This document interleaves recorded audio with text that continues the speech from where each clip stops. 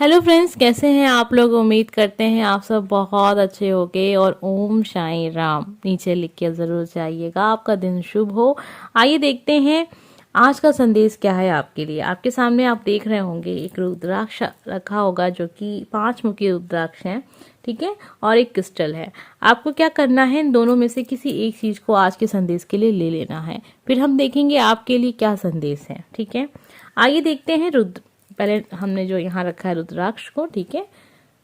तो आइए देखते हैं आपके लिए क्या संदेश है।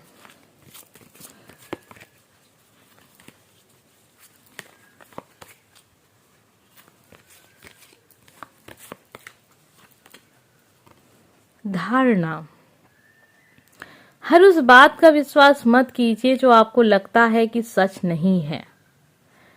देखिए यहाँ पे अगर मैं कहूँ सीधे तौर पे, तो आप बस उसी बात का विश्वास कीजिए जो आपका दिल कहता है, जो आपका मन कहता है, जो आपकी अंतरात्मा कहती है। जो एक होता है ना कि अचानक से होता है कि कभी कोई इंसान आपको कुछ बता रहा होता है, आप विश्वास नहीं करते क्योंकि आपकी आत्मा कुछ और कह रही होती है।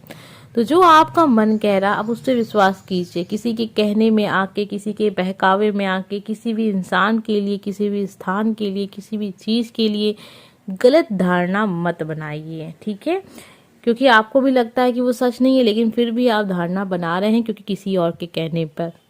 ये गलत है। हो सकता है आज के दिन ऐसा कुछ आपके सामने आए, ऐसा कुछ कोई इंसान हो आए जो आप ऐसे कहने के करने के लिए आपको बता रहा हो और आप धारणा बना लें, ठीक है। किसी के बहकावे में आ जाएं किसी को लेके, तो ये काम आपको नहीं करना है। बहुत सोच समझ के हमेशा, जब भी आपकी आत्मा अगर कुछ कह रही है तो उसकी बात सुनिए। आपका दिल कह रहा है, आपका मन कह रहा है, जो भी आप समझिए, ठीक है, उस काम को कीजिए। लेकिन उस बात की विश्वास कभी मत कीजिए जो आपका मन कहता है कि सच नहीं है।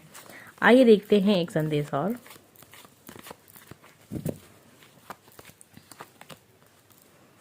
कर्मों की शुद्धि।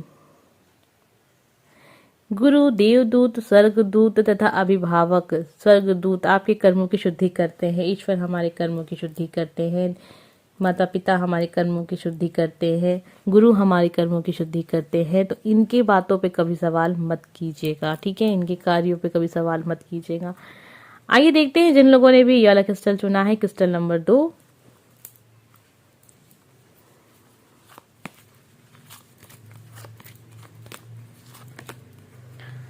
जरूरतमंदों की सहायता, सेवा और परोपकार, यही आत्मद्वार का निश्चित मार्ग है। तो जीवन का सबसे बड़ा सत्य यही है और सबसे बड़ी खुशी यही है। अगर आप समझ पाए तो समझ लें।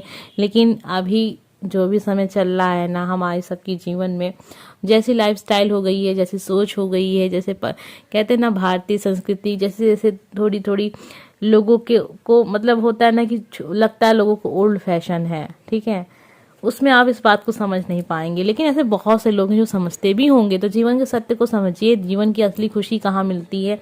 ऐसे कार्यों में मिलती है, ठीक है। और यही सब कुछ आपके साथ जाता है और कुछ आपके साथ नहीं जाता है। दूसरों के लिए खुशी बनिए, कभी किसी के दुख के कारण मत बनिए, ठीक है। जितना हो सके ये कार्य कीजिए, जरूरतमंदों की सहायता कीजिए। और जो भी सहायता आप कर रहे हैं ना, पहले देख लीजिए कि आप सच में जो जरूरतमंद है उन्हीं की तो कर रहे हैं, या फिर ऐसा तो नहीं कि आजकल तो कारोबार भी चल गया है इन सब चीज़ों पे। तो बहुत सोच समझ के आप जरूरतमंदों की सहायता कीजिए। जरूरत नहीं है कि आप यहाँ से किसी और शहर जाएं, किसी और प्रदेश जाके आप वहाँ पे सहायता करें। आपके ही शहर में आप जहाँ रहते हैं उनके आप अगल बगल आप जब देखेंगे तो ऐसे बहुत से लोग मिल जाएंगे जिनको ज़रूरत है बहुत सारी चीज़ों की, जिनको ज़रूरत है खाने की, पैसे की, कपड़ों की।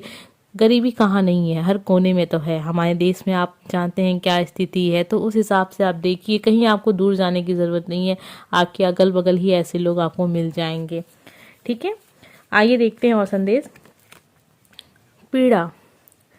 पीड़ा से गुजरकर ही महानतम आत्माएं अधिक उन्नत होती हैं। तो समझ लीजिए जीवन में जो भी चीज़ें आपके जीवन में हो रही हैं उनसे जब आप गुजरेंगे तब एक आप कहते हैं ना कि एक ऐसे इंसान आप बन सकेंगे जो एक आप जब सब कुछ आप समझ जाएंगे ना कि जीवन में क्या कुछ है, मतलब तब आपके सामने अगर इंसान करोड़ों रुपए भी लाके रख देगा तो आपको खुशी नहीं होगी, क्योंकि जीवन के सत्य को आप जानते हैं। तो इसीलिए कहते हैं ना कि पीड़ा से गुजर कर ही महानतम आत्माएं अधिक उन्नत होती हैं। आपने देखा वो कितने बड़े बड़े महापुरुष हुए हैं, कभी उनके जीवन पे आपने प्रकाश डाला, कभी सोचा उनके जीवन को कि उनका जीवन कैसा रहा? उनका जब जीवन आप देखेंगे तो उनके जीवन में कभी खुशी नहीं आपको दिखेगी, पीड़ा ही दिखेगी। लेकिन आज भी हम उन्हें याद करते हैं, आज भी हमें वो याद है, आज भी उनका नाम लिया जाता है। क्यों?